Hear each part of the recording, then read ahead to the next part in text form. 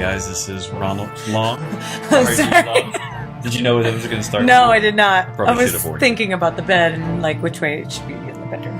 Welcome to the Epic Fantasy Podcast. I'm RG Long. I write the books. This is my beautiful wife. Becca.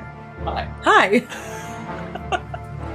We have changed locations to get some cool lights and maybe a setup, some permanent stuff, in order to maybe podcast a little more often, but not just Epic Fantasy Podcast for Becca and her podcast that you do about fitness. I know it's about fitness. It's about being better than bae. basic. I love us. I do. I love us so much. There's one thing that I really love about you. That is really so. We're talking. I feel like this is a trap. A trap? That's not a trap. No, it's fine.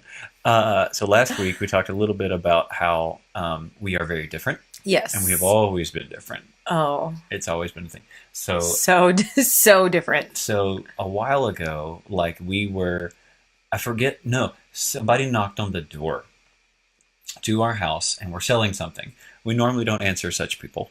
We just kind of wait for them to go away. But yes. But this particular time, it was something that we actually were thinking about doing, and so we sat down and talked to them.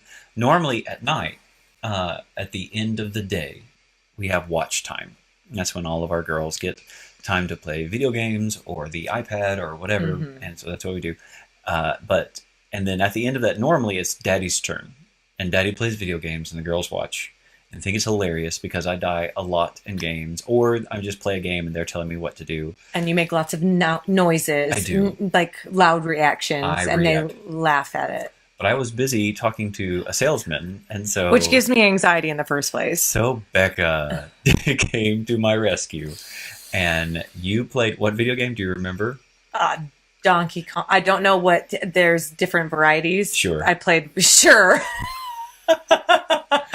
I played Donkey Kong on the Switch. You were playing Donkey Kong on the Switch. It's Donkey Kong Tropical Freeze. Oh. In case you needed to know. I don't think I need to know that. Nope, you don't. But that does explain all of the all of the ice and then all of the... Doesn't it, though? Yeah. As you work up to the boss level, which I'm currently at. I can't beat the boss. Yeah. As you work up, it gets colder and colder. Yeah. Listening to you play that video game was hilarious. It's painful. Oh my goodness. I told you it registered, my heart rate got so high that it registered as exercise on your watch. On my watch. So you're working out basically by playing video games. Yes. Doing such a great thing.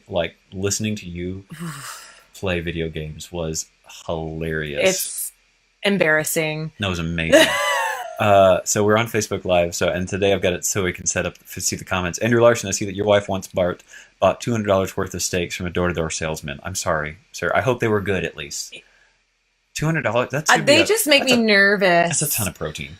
I mean, if you see my Instagram story, you just see how much protein I laid down. You ate a ton. It was 50, right over there. 50 grams, I think, right now. Oh my gosh! I hope that was worth 200. I hope it was worth $200. Not 4 steaks, but lots.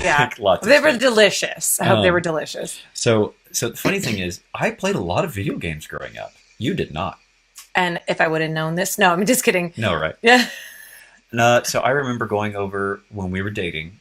I went over to Brett's house. Yes. Your friend Brett, and we played Mario Party and Mario Kart. And I thought you were kidding when you were playing. Not kidding. You were bad. Inexperienced. You just went for it. No, I'm bad. I ended up going backwards, and I couldn't figure out how to go the other way. I couldn't figure out how to do it. Dying laughing, and I loved you that much. I do, because video games are a ton of my childhood. Yeah, I mean, I remember playing Duck Hunt, but there's not a whole lot. It's just that one screen, and there's shooting the duck. Yeah, and I think playing regular Nintendo, if that gives you a clue of how old we are. Yeah. Regular Mario, when I got to anything with fire or anything with air or water, I was done. So level 3. Level. Yeah, I was just about to say level 3. I was done. I didn't want to play anymore.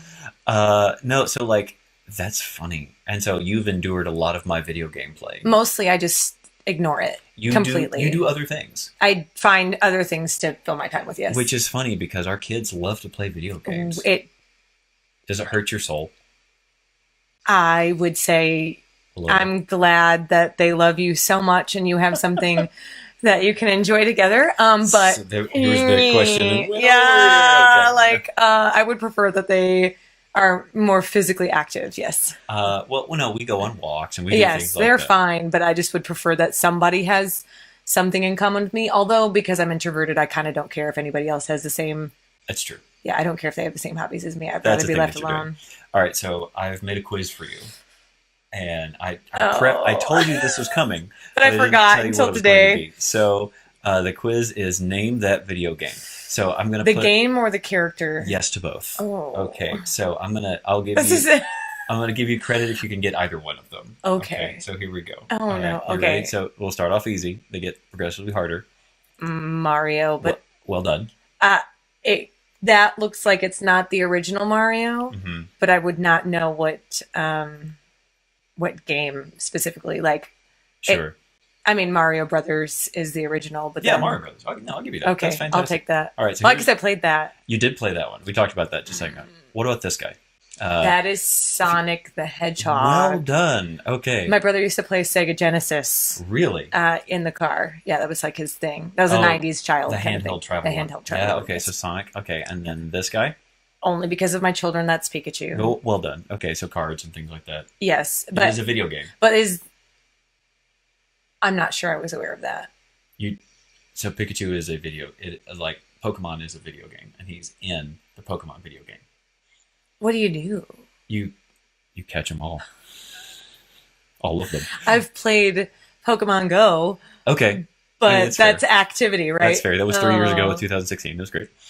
How about this guy? This is one that often gets confused with the title of the game, though that's not this character's name. That's Link from done. Zelda. And the only reason I would not have known that except for you guys play it all the time. We do play. I don't know which one you play. Breath of the Wild. Breath of the Wild. On Switch. So well done. And then this last one. That one I really have no idea. But knowing you, I'm going to guess it's somebody from Final Fantasy. Okay, yes. Okay, David, well done. Okay, this is the emo-looking guy. His name is Cloud from Final Fantasy VII. Oh, that's he doesn't, poorly done. You don't, thinking about it, it doesn't really look like a Cloud all that much. No, does he have a power of some kind?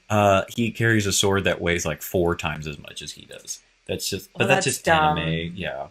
It's called the Buster Sword. The Buster, okay. Mm-hmm. And I don't have any idea. I'm just using context clues on the fact that that's something your friend sent. Yes.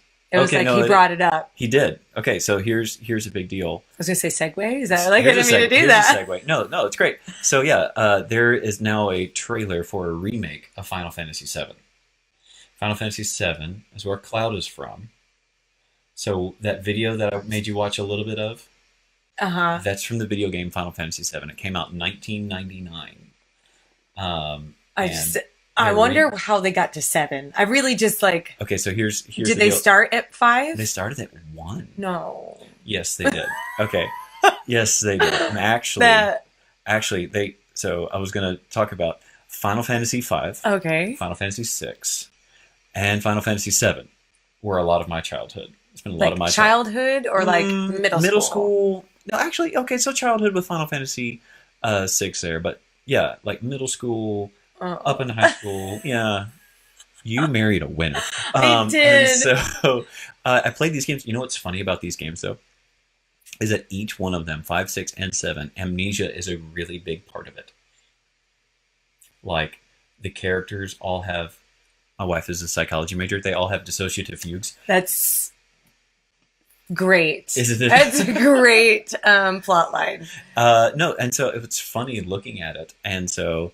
them not remembering their past is at least part of the game. And that's the same thing with Zelda. Yeah. Right? Yeah, his memories. Yeah. Well done.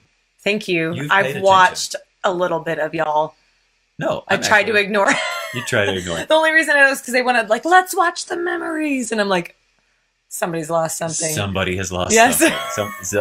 Almost said Zelda. Link has lost his memories of something. And then there's fish people. That's all I remember. There are the fish people. So what's fun for me, okay, and so as an author, like, you talk about source material. Like you get, I was thinking that you get like inspiration from places, and you can get inspired from a lot of different places. Obviously, from like real life events, from other books that you read, Tolkien, things like that. Because of my growing up playing video games, like a lot of the stories that I like to write and read reflect video games. They have entire genres now that is like reading a video game being played out, called lit RPG. I've tried to read it. It's horrible. I can't do it. It talks about like you took away this many hit points and things like that in the book. I can't. Right. Good for them. Right. Good for them. No, there are some people who are just like, that's awesome. They're loving it. I love that for them. That's a little too far for me. I can't go that far. But for thinking about like a video game having an epic scope and scale, a lot of these RPGs, especially the Final Fantasy franchise, which feels like home to me.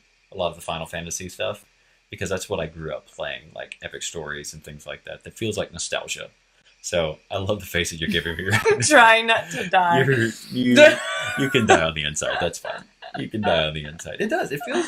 And so when I think of like epic stories that I would want to read, I think of like the Final Fantasy stuff that I played as a kid and enjoyed as a kid, and thinking, okay, how can I relive this experience now in the game that I'm in the book that I'm writing? And it's interesting. Okay, so I see the face of like, how is this working out? Like, they are making movies about video games. I mean, I've noticed, well, if you're telling me Pokemon's a video game, then they've done that already. So I took the kids this weekend to see Detective Pikachu. We went and saw that. And I missed that, unfortunately. You are so bummed, I can tell. I am so bummed. I got a lot of work done. While you guys went and saw Detective Pikachu, the girls loved it. They gave me a really good recap.